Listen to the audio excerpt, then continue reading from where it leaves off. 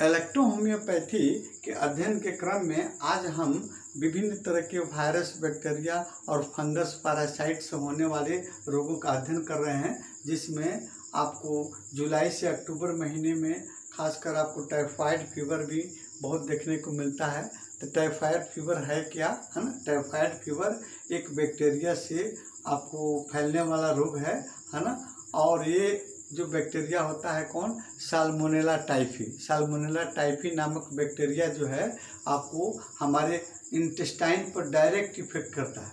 अब इंटेस्टाइन पर जाता कैसे है बैक्टीरिया, है ना, कैसे इन्फेक्शन फैलता है, तो दो तरह से हम लोग देखते हैं। एक पहला, जैसे मानते हैं टाइफाइड से ग्रसित व्यक्ति अगर अपना मल मूत्र का त्याग करता है, जिस बाथरूम का यूज़ करता है वहाँ पर आपको जो तौलिए का यूज़ करता है आप, या वहाँ पर जो टब का या आपको बेसिन का यूज करता है ना, तो फिर अगर दूसरा स्वस्थ व्यक्ति उसी तौलिए, उसी टब, उसी मग का अगर मतलब टच करता है, हाथ से टच करता है और उसी के द्वारा, उसी हाथ से फिर अपना कोई भोजन ग्रहण करता है, पेय पदार्थ पीता है ना, तो उसके माध्यम से भी ये बैक्टीरिया हमारे शरीर में चले जाते हैं। यानी इसको ऐसे कहेंगे, आपको साल्मोनेला टाइफी नामक बैक्टीरिया से युक्त भोजन और पानी, है ना, विषाक्त युक्त भोजन और पानी मुख द्वारा, है ना, इंटेस्टाइन में जाता है ना, आंत में जाता है और फिर वहाँ आपको 1 से 3 सप्ताह तक अपना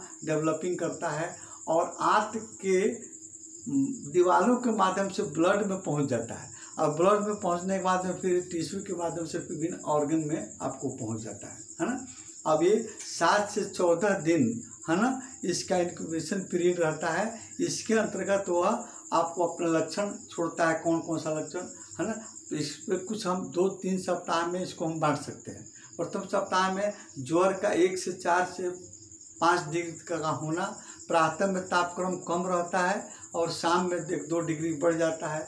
फिर पेट का भारी होना, फूलना, पेट का दर्द होना, छाती एवं पेट पर गुलाबी रंग के दाने निकल आते हैं, है ना, और सिर दर्द, भूख न लगना, थकान होना, ये तमाम तरह के लक्षण आते हैं। लीवर और स्प्लीन भी बढ़ जाता है ना। इसमें बदबूदार पतला पैखाना होना, उल्टी होना, इस तरह के लक्षण आपको देखने को मिलते हैं।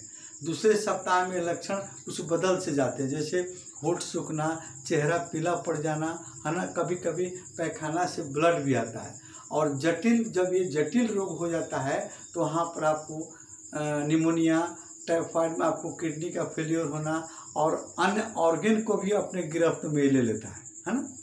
अब देखिए इस रोग से बचाव कैसे करेंगे, तो देखिए जब भी आप अगर कोई टाइफाइड का व्यक्ति है, टाइफाइड रोग से ग्रसित व्यक्ति है, उसको हमेशा बॉयल पानी का प्रयोग कीजिए। खाना में बार्ली है, दूध है, मूंग का दाल का पतला खिचड़ी है ना, पपीता, पका पपीता है, अनार है, सेब का आपको सिरका है, हाँ, नारियल पानी, ORS का लिक्विड चीज़ के ज़्यादा आप प्रयोग कीजिए, है ना। और तेज़ मसालेदार भोजन, चाट या आपको पिज़्ज़ा, बर्गर का प्रयोग मत करने दीजिए, है ना। इसके बाद में हम देखते हैं कि कैसे हम इलेक्ट्रो होम्योपैथिक औषधियों का प्रयोग करके टाइफाइड को कंट्रोल कर सकते हैं, है ना। तो देखिए यहाँ पर टाइफाइड रोग जो है, आप जानते हैं कि बैक्टीरिया से ग्रसित रोग है।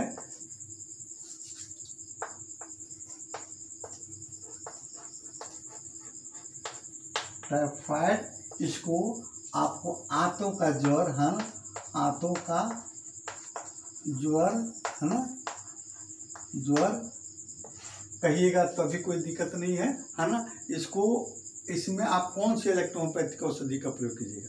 हम जान रहे हैं कि सबसे हमारा इलेक्ट्रोहोम्योपैथी में आपको फीवर की मेडिसिन F1 और F2 है, लेकिन F1 इंटरनल और F2 एक्सटर्नल प्रयोग किया जाता है।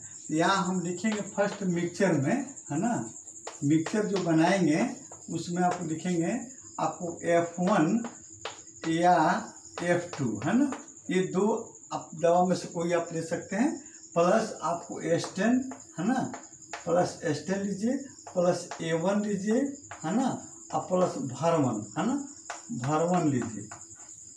ये आपका हो गया मेडिसिन आपको 5th डाइल्यूशन में, 5th या 10th डाइल्यूशन में आपको पिलाइए, ताकि उसका बुखार हम लोग कंट्रोल कर सकें, है ना। इसमें C ग्रुप के औषधि भी आप डाल सकते हैं, प्लस C1 आप कर सकते हैं, है ना। अब ये जो आपका मेन मिक्सचर हो गया बुखार को कंट्रोल करने के लिए। अब इस परिस्थिति में आप एक कंप्रेस भी लगा सकते हैं।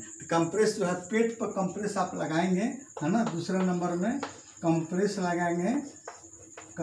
लगाएंगे ऑन बेली, है ना, पेट पर, है ना, पेट पर कंप्रेस लगाएंगे।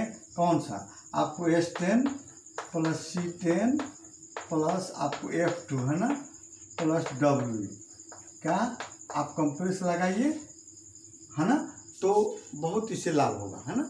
इसके अलावा आपको ठंडा कंप्रेस भी लगा सकते हैं, है ना, कोल्ड कंप्रेस भी लगा सकते हैं। इस पर एक कंप्रेस कोल्ड होगा, पेट पर जो कंप्रेस लगाएंगे कोल्ड कंप्रेस लगाएंगे, है ना।